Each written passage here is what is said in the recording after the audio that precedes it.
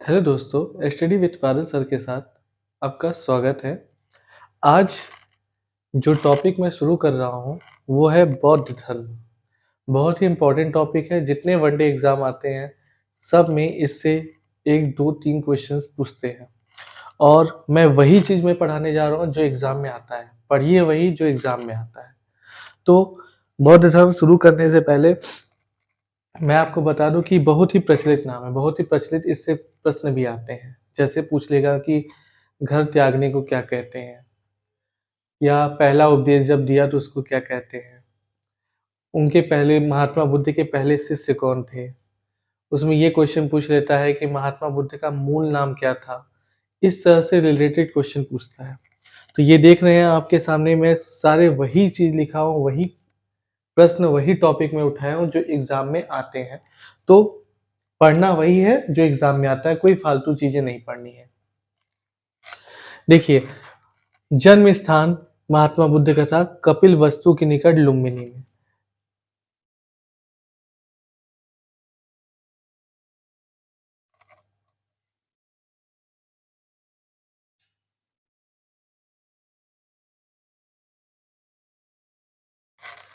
जन्म स्थान था कपिल वस्तु के निकट लुम्बिनी में।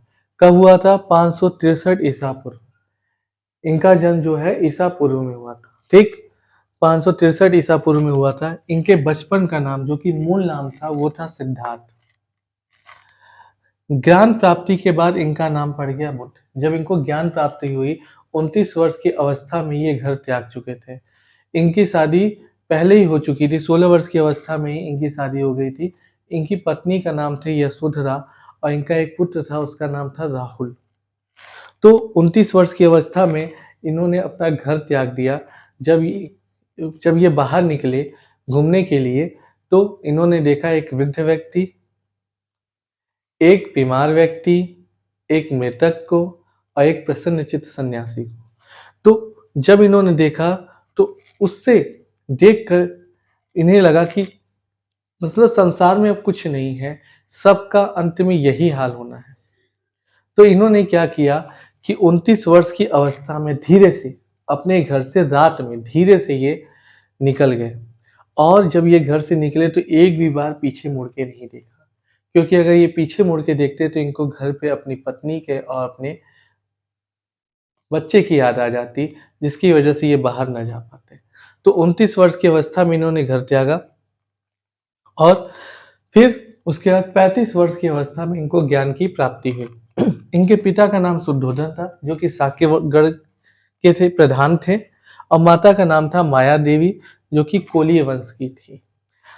बचपन में ही इनकी माता का देहांत हो गया तो इनकी मौसी ने इनका पालन पोषण किया। इनकी मौसी का नाम था प्रजापति गौतमी। और जो कि आगे चलकर प्रजापति गौतमी जो इनकी मौसी थी, ये महिलाओं में बौद्ध धर्म ग्रहण करने वाली पहली महिला थी। पत्नी का नाम था यशोधरा, जो कि साक्य कुल के थे। जब इनको ज्ञान प्राप्त हो गया तो इनका नाम बुद्ध हो गया। और बुद्ध के साथ ही इनको फिर तथागत भी कहते हैं। तथागत मतलब हो गया सत्य है ज्ञान जिसका। इनको ज्ञान की प्राप्ति हो गई थी। अब ये महात्मा बुद्ध के नाम से प्रचलित हो चुके थे, तो भी इनको तथागत भी कहा गया, क्योंकि तथागत का मतलब है सत्य है ज्ञान जिसका। और साथ ही साथ इसको साक्य मुनि भी कहा जाता था। क्यों? क्योंकि ये साक्यगढ़ के थे। पुत्र का नाम राहुल था, पत्नी का नाम यशोधरा। इनको अन्य नामों से भी जाना जाता है, गोपा, बिंबा और बदक्षिणा। जो कि गोपा आया है एग्जाम में, अभी ये दोनों तो नाम नहीं पूछा है, तो इसलिए मैंने यहाँ साइड में नाम लिख दिया है। पहले गुरु का नाम था आचार्य अलाल कलाम। ये पहले गुरु इनके यही थे, लेकिन फिर उनसे वो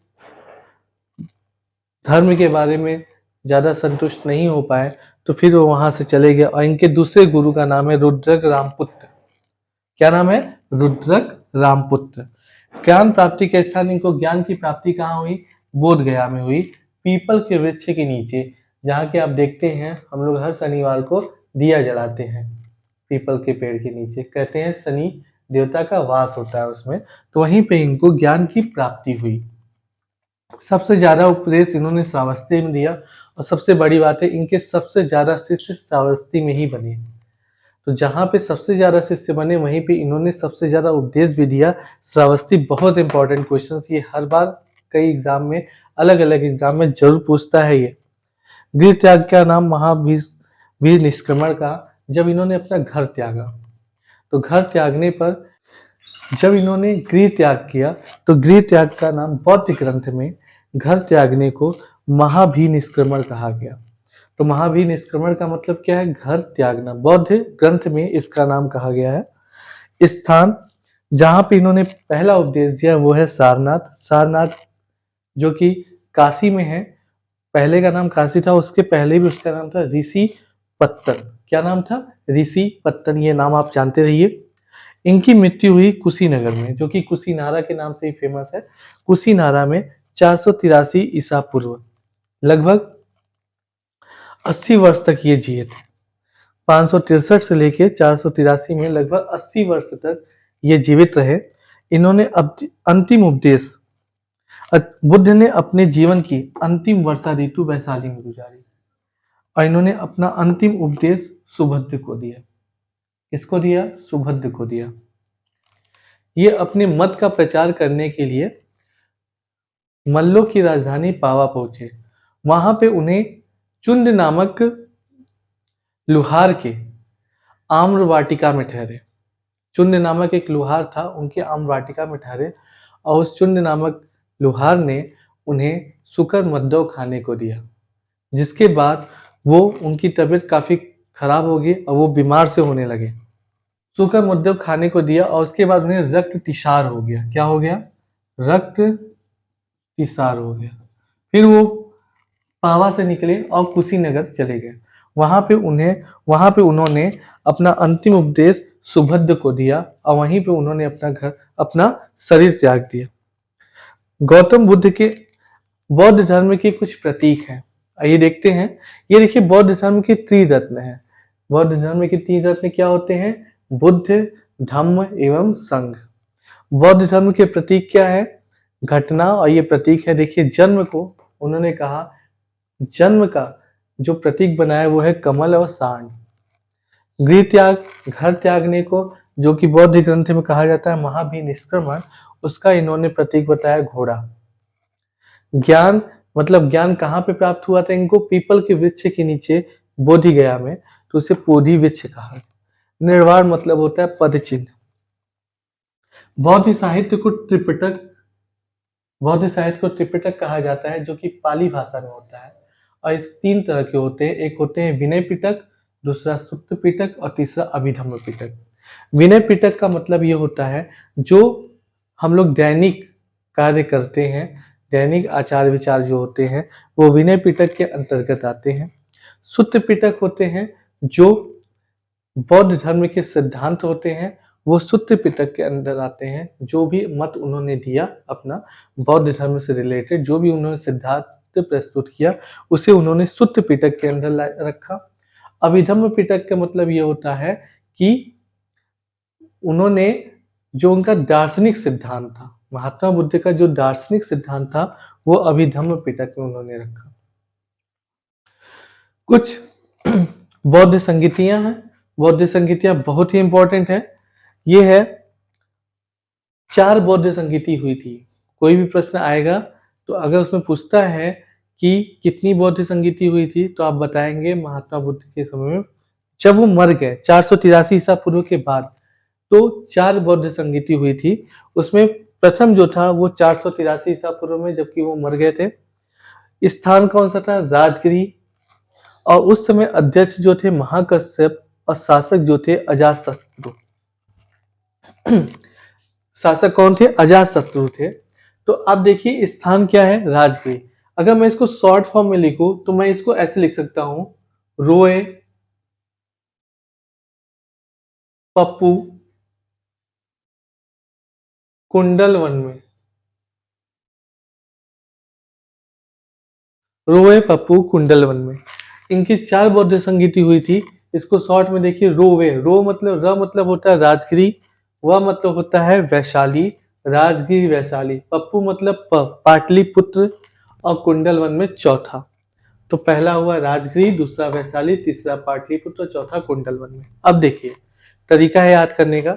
पहला राजगृह में हुआ था, तो उस समय अध्यक्ष जो थे महाकश्यप थे और शासक कौन थे? अजातशत्रु थे।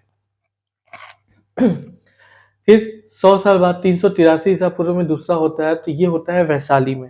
वैशाली में सुबुकामी। अच्छा, आपको पता है जब कोई सुबुक सुबुक के रोता है, जैसे कोई रोता है ना, सुबुक सुबुक के जब रोता है, तो इसका मतलब क्या? वो शोक मनाता है। उसका शासक क्या करेगा? शोक मनाएगा। तो जो अध्यक्ष सुबुकामी है, उसका शासक कौन होगा? कालाशोक होगा। कौन होगा? कालाशोक होगा। तीसरा है 247 ईसा पूर्व में हुआ था पाटलिपुत्र में, उसके अध्यक्ष थे मोगलीपुत्र तीसरे, और उसके जो शासक थे वो थे अशोक। चौथा हुआ 102 ईसा पूर्व में, कहाँ हुआ? कुंडलवन में। और कुंडलवन कहाँ पे है? कश्मीर में है। और उसके दो अध्यक्ष थे, वो थे वसुमित्र, अश्वघोष जो कि उपाध्यक्ष थे, और कनिष्क उसके शासक थे। यहीं पे जब 4 बौद्ध संगीति बीत गई, तो उसके बाद चौथे बौद्ध संगीति के बाद बौद्ध धर्म 2 भागों में बट गया। एक है महायान और दूसरा है हीनयान। हीनयान में महात्मा बुद्ध को मानव माना गया है, और महायान में महात्मा बुद्ध को देवता की उपाधि दी गई है। आप बौद्ध ग्रंथ एवं रचनाकार भी देखिए। ग्रंथ रचनाकार, ग्रंथ में मिलिंदपन हो, ये बहुत इंपॉर्टेंट क्वेश्चन है, कई बार आया है। इसकी रचना किसने की थी? नागसेन ने की थी। और बुद्ध चरित जो कि दूसरा नाम है सौंदर्यानंद और सारिपुत्र प्रकरण भी कहते हैं, इनके जो रचनाकार थे वो अश्वघोष थे। अभिधम्म कोश वसुबंधु थे। तो आपका सबसे इंपॉर्टेंट क्या है? मिलिंदपन हो। आपको मिलिंदपन हो याद करना है कि हाँ, इसके रचनाकार कौन थे? नागसेन थे। ठीक है। अब यहाँ पे एक वर्ड मैंने ये देखिए, गौतम बुद्ध के जीवन पर एक लेखक थे, उन्होंने लिखा, एडविन अर्नोल्ड नाम है। एडविन अर्नोल्ड ने लाइट ऑफ एशिया लिखा था, जो कि एक काव्य रचना है। वो light of Asia Mahatma Buddha के जीवन पर आधारित है। कह सकते हैं महात्मा बुद्ध की जीवनी है। पुस्तक की रचना की थी। इन्हें एशिया का ज्योतिपुंज भी कहा जाता है। महात्मा बुद्ध को क्या कहा जाता है? एशिया का ज्योतिपुंज भी कहा जाता है। चैत्य स्तूप या विहार, इसको देख लीजिए, चैत्य स्तूप या विहार को। चैत्य क्या होता है कि जब कोई मर गया, तो जो उसके अवशेष होते हैं उसको कहीं दफना कर या गाड़ कर उसके ऊपर कोई समाधि स्थल बना दी जाती है, तो उसे कहते हैं चैत्य या विहार। और उस समाधि स्थल के पास भिक्षुओं को रहने के लिए जो आवास बनाया जाता है, उसे कहते हैं विहार। तो आई थिंक ये आपका टॉपिक क्लियर हो गया है। ये जितना भी मैं लिखा हूँ, इससे बाहर कोई भी क्वेश्चन नहीं पूछता है, तो आप इसको बड़े अच्छे से याद रखिएगा। और जो मैंने बौद्ध संगीतियाँ बताई, इससे आने ही आना है क्वेश्चन, इसको आप अच्छे से याद कर लीजिएगा। शॉर्टकट वो मैंने लिख दिया है, रोवे पप्पू कुंडल वन में, तो ये आप याद कर लीजिएगा, जिससे कि आपको कोई भी दिक्कत ना हो, आप भूले ना। ठीक है।